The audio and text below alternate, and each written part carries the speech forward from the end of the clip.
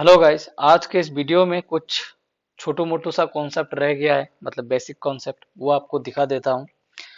और दिखाने के बाद लास्ट मैंने उससे पहले वाला वीडियो में 5 क्वेश्चंस दिया था जो बेसिक कॉन्सेप्ट के ऊपर था। वो पांचों क्वेश्चन कहीं ना कहीं किसी न किसी एग्जाम पे आया हुआ था। वो प्रीवियस ईयर क्वेश्चन था, उसी टाइप का क्वेश्चन ही ये third grade and fourth grade के एग्जाम में आएगा। यहाँ पे हम लोग एसएससी इस पर्टिकुलर ये सब वीडियो हम लोग असम गवर्नमेंट का जो एडीआरएफ फेज 3 का एग्जाम होने वाला है उसी का प्रिपरेशन के लिए उसी टाइप का क्वेश्चन यहाँ पे सॉल्व कराया जाएगा। Expected question and previous year question, और कॉन्सेप्ट तो सेम ही रहेगा। तो छोटा मोटा जो कॉन्सेप्ट दिया था उसी के ऊपर 5 क्वेश्चन दिया था मैंने। अभी थोड़ा सा कॉन्सेप्ट बाकी रह गया है, उसको मैं दे दे रहा हूँ। उसके बाद टाइप वाइज मैं कॉन्सेप्ट दूंगा और क्वेश्चन सॉल्व कराऊंगा। ठीक है, तो आप लोगों को पता ही है ये चीज मैंने आप लोगों को दिखाया था कि 100%। इसको हम लोग देखते कैसे, 100% की जगह 1/100 काटेंगे तो आएगा क्या, 1। जिसको समझ लो 50% मतलब हाफ होता है। 25% इसका मतलब होता है 1/4। 12.5% ये होता है कितना, 1/8। 16 6 1/4% इसका होता है 1/16। और ये हो गया आपका 3 1/8%। ये हो गया 1/32। इसको लिख के रखना। इसको मैं समझा देता हूँ इतना फटाफट मैंने कैसे लिखा। यहाँ पे कुछ नहीं हो रहा है, देखो सबका हाफ हाफ गुना हो रहा है। 100 का हाफ टाइम हाफ गुना हो रहा है। 50 का हाफ मतलब मल्टीप्लाई हाफ। 50 के साथ 50% के साथ अगर हम लोग हाफ करेंगे तो 25% हो रहा है ना, मतलब हाफ वैल्यू आ रहा है। इसका भी हाफ, 12.5% का हाफ ये, और 6 1/4 का भी ये हाफ गुना हो रहा है। मतलब हाफ गुना कैसे हो रहा है, तो 25% है ना, उसका हाफ टाइम हो रहा है 12.5। 12.5 मतलब 12.5 करके तो 25 आएगा ना। तो वही 25% का अगर वैल्यू है 1/4, 25 से उसका हाफ गुना हो रहा है, तो 1/4 से भी उसका वैल्यू हाफ गुना होगा ना, हाफ गुना। तो कितना होगा, 1/8। 4 × 2 मल्टीप्लाई 8, 1/8। इसी तरह 12.5 का हाफ होता है कितना, 6 1/4। मतलब 6 का हाफ हो गया 6, एंड हाफ का हाफ गुना 1/4। मतलब ये हाफ का हाफ गुना कितना होगा, ऊपर रहेगा 1, 2 2 जा 4, मतलब वही हो रहा है 6 1/4। अगर 12 का हाफ गुना ये परसेंटेज लिख रहा हूँ तो 12.5% का वैल्यू कितना है, 1/8। उसका भी हाफ गुना कितना होगा, 1/8 का हाफ गुना 1/16 ये आ रहा है। इसी तरह 6 का भी हाफ गुना ही आ रहा है। 6 का हाफ गुना हो गया 3, मतलब ये 6 का हाफ गुना 2 से कटेंगे तो 3 ना, वो 3।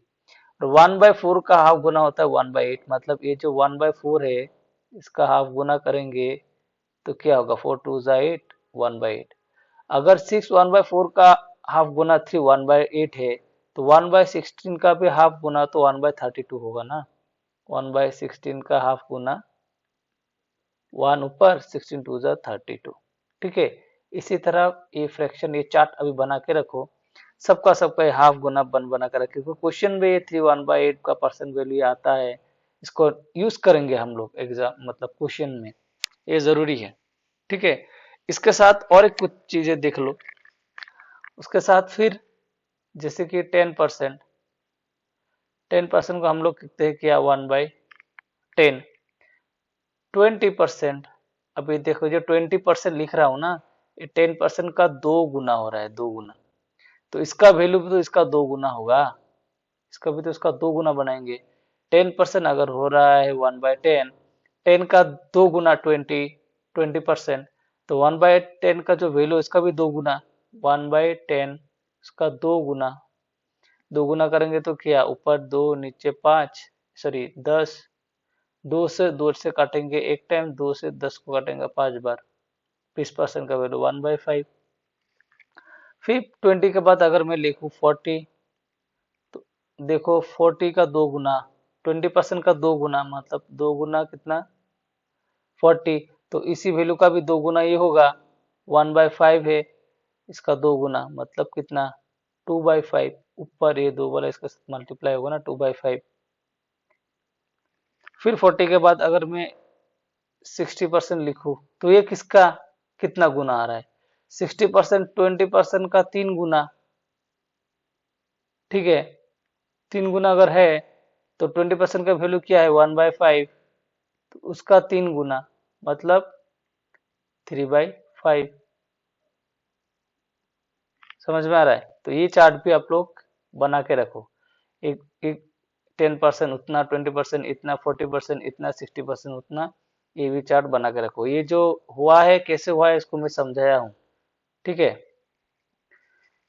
फिर से देखो 75%, 75% का वैल्यू होता है 3/4। अभी 75 है, 75 का हाफ 37.5% ये होता है। 75 का हाफ, ये एग्जाम में क्वेश्चन में बहुत यूज होता है, इसलिए मैं दे रहा हूँ। 75% होता है 3/4, 75 का हाफ है 37.5%। तो ये अगर इसका हाफ गुना है, तो इसका भी वैल्यू इसका हाफ गुना होगा, मतलब 3/4 थे, इसका हाफ गुना 3/8, ये हो गया 3/8। ये ये दोनों को एक साथ लिख कर रखना। ठीक है, कि 75% का फ्रैक्शन बोलो 3/4 थे, और इसका 75% का जो हाफ है 37.5% का फ्रैक्शन बोलो 3/8। ये सब क्वेश्चन में अप्लाई होता है, इसलिए मैं दे के रख रहा हूँ। फिर और कुछ चीजें देख लो जो एक साथ दे रहा हूँ, लिख के रखना। ये 12.5%, ये आप लोगों को पता है, दिखाया था मैंने 1/8, इसको एक साथ लिख के रखना। उसके साथ 87.5%, इसका फ्रैक्शन वैल्यू होता है 7/8। इस दोनों को एक साथ लिख के रखना और याद कर लेना। फिर 37.5%, इसका वैल्यू होता है 3/8, जो मैंने दिखाया हूँ। 37.5% में दिया था, इसके साथ वो 75% का था, 75 का आधा है। और इसके साथ 62.5%, इसका वैल्यू लिख के रखना 5/8। दोनों को एक साथ रखना। फिर 16 2/3, इसका फ्रैक्शन वैल्यू होता है 1/6। और 83 1/3, इसका फ्रैक्शन वैल्यू होता है 5/6। ये भी लिख के रखना। और लास्ट में ये 33 1/3%, इसका तो वैल्यू हम लोग को पता है 1/3। और 66 2/3%, इसका वैल्यू होगा 2/3। 2/3 क्यों हुआ, 2/3 इसलिए है क्योंकि ये देखो इसका 2 गुना है, 66 2/3 इसका 2 गुना है। तो अगर ये 1/3 है तो 2 गुना 2/3। ठीक है, मतलब 1/3 का 2 गुना इधर आ रहा है 2/3। ठीक है, इस चारों चारों को सबको एक साथ लिख कर रखना, ये और याद भी करना लिख लिख के, ये एग्जाम में यूज करेंगे। ठीक है, ये आपका जो फ्रैक्शन का जो पहले चैप्टर में वीडियो में जो दिया था, फ्रैक्शन वैल्यू परसेंटेज वैल्यू याद करने के लिए, के साथ में एक कुछ चीजें रह गया था, मैंने आज आपको दे दिया, इसको भी लिख कर रखना एक साथ। और और लास्ट में और एक चीज, एक क्लास में मेरा मिस हो गया था, ये भी दिखा देता हूँ, जो एक क्वेश्चन में था, मिलीमीटर सेंटीमीटर यूनिट। जो मिलीमीटर ये सबसे छोटा होता है, उसके बाद आता है सेंटीमीटर, उसके बाद आता है डेसीमीटर, उसके बाद मीटर, उसके बाद डेकामीटर,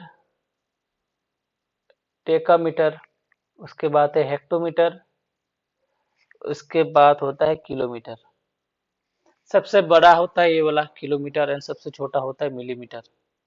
और नीचे से जब हम लोग ऊपर जाएंगे, हर एक घर में 10-10 करके मल्टीप्लाई होता है।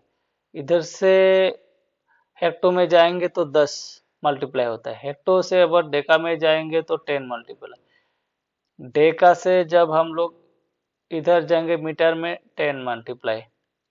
मीटर से फिर जब इधर जाएंगे डेसीमीटर में 10 मल्टीप्लाई। डेसीमीटर से जब हम लोग सेंटीमीटर में जाएंगे 10 मल्टीप्लाई। सेंटीमीटर से जब मिलीमीटर में जाएंगे 10 मल्टीप्लाई। मतलब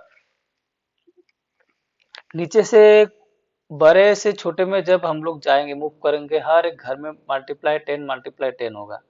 मतलब 1 किलोमीटर में अगर हम लोग को पूछे कितना हेक्टोमीटर है, तो हम लोग बोलेंगे किलोमीटर से हेक्टोमीटर जाने के लिए एक 10 पार करना पड़ रहा है ना, तो 1 किलोमीटर में 10 हेक्टोमीटर बोलेंगे। फिर 1 किलोमीटर से मेरे को डेकामीटर जाना है। 1 किलोमीटर में कितना डेकामीटर है, तो हम लोग क्या करेंगे, डेकामीटर जाने के लिए मेरे को 2 10 पार करना पड़ेगा ना। 2 10 मतलब 100 डेकामीटर। फिर यहाँ से पूछे 1 किलोमीटर में कितना मीटर है, तो मीटर में जाने के लिए मेरे को कितना 10 पार करना पड़ेगा, 1 2 3, 3 10। मतलब 1 किलोमीटर में 3 10 मतलब 1 के साथ 3 जीरो, तो 1 किलोमीटर में 1000 मीटर होता है।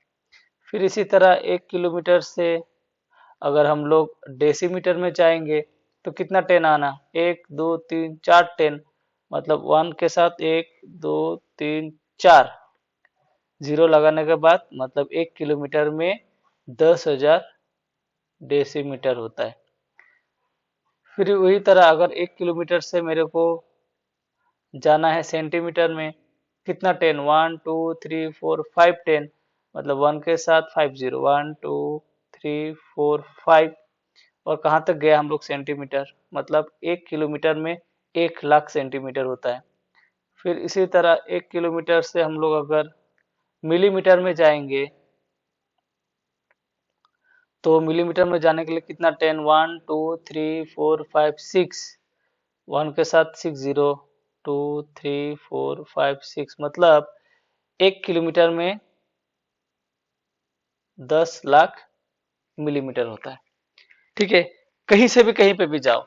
अभी अगर मैं 1 हेक्टोमीटर, अगर 1 हेक्टोमीटर से मेरे को जाना है मीटर में, तो मेरे को कितना 1 2 2 10 जाना पड़ेगा। मतलब 1 के साथ 2 10 गया तो 2 जीरो, कहाँ तक गया हेक्टोमीटर से मीटर मीटर तक, तो मतलब 100 मीटर। 1 हेक्टोमीटर में 100 मीटर रहता है। ठीक है, समझ में आया इतना तक? उसी तरह अगर हम लोगों को मिलीमीटर से सेंटीमीटर में आना है, सेंटीमीटर से डेसीमीटर में आना है, डेसीमीटर से मीटर में आना है, मीटर में से डेकामीटर में आना है, डेकामीटर से हेक्टोमीटर में आना है, हेक्टोमीटर से किलोमीटर में आना है। अगर ऊपर से नीचे आना है तो हर एक घर में डिवाइड करेंगे 10 से। 10 10 10 10, ये भी 10। समझ में आ रही है चीज? अभी अगर यहाँ पे बोलूं 1 मिलीमीटर में, 1 मिलीमीटर में कितना, 1 मिलीमीटर में कितना डेसीमीटर होता है, कितना डेसीमीटर। तो मिलीमीटर इधर है, डेसीमीटर इधर है, तो मेरे को एक 2 10 पार करना पड़ेगा। मतलब अभी 1 को 2 10 मतलब 1 के साथ 2 जीरो, 2 जीरो से डिवाइड करना पड़ेगा। तब क्या होगा, डिवाइड करने से 0.2 जीरो है ना, मतलब राइट हैंड साइड से पॉइंट देने के बाद 2 प्लेस डेसिमल देना है। मतलब 1 मिलीमीटर में 0.01 डेसीमीटर है। फिर उसी तरह अगर पूछूं 1 मिलीमीटर, 1 मिलीमीटर में कितना मीटर है, 1 मिलीमीटर में कितना मीटर है, मिलीमीटर इधर है और मीटर इधर है। इधर इतना तक आने के लिए मेरे को 3 जीरो का सामना करना पड़ेगा, 1 2 3। 1 मिलीमीटर में कितना मीटर, तो 1 को हम लोग 3 10 आ रहा है तो 3 जीरो से डिवाइड करेंगे, मतलब 3 जीरो है तो डेसिमल के बाद 3 प्लस ये आएगा। हाँ, तो 0.001 मीटर। ठीक इसी तरह 1 सेंटीमीटर, 1 सेंटीमीटर में अगर बोले कितना किलोमीटर है, तो अभी 1 को डिवाइड करेंगे सेंटीमीटर से किलोमीटर, सेंटीमीटर यहाँ पे है, हाँ, और किलोमीटर एकदम यहाँ तक है। तो सेंटीमीटर से किलोमीटर आने के लिए मेरे को कितना 10, 1 2 3 4 5 10, मतलब 1 के साथ 1 2 3 4 5 5 10 से डिवाइड करेंगे तो इसका वैल्यू कितना आएगा, 0.150 है ना, तो 5 प्लस डेसिमल 0.234 हो गया, ये 5, तो 5 किलोमीटर, मतलब 1 सेंटीमीटर में मेरे को 0.0001 किलोमीटर।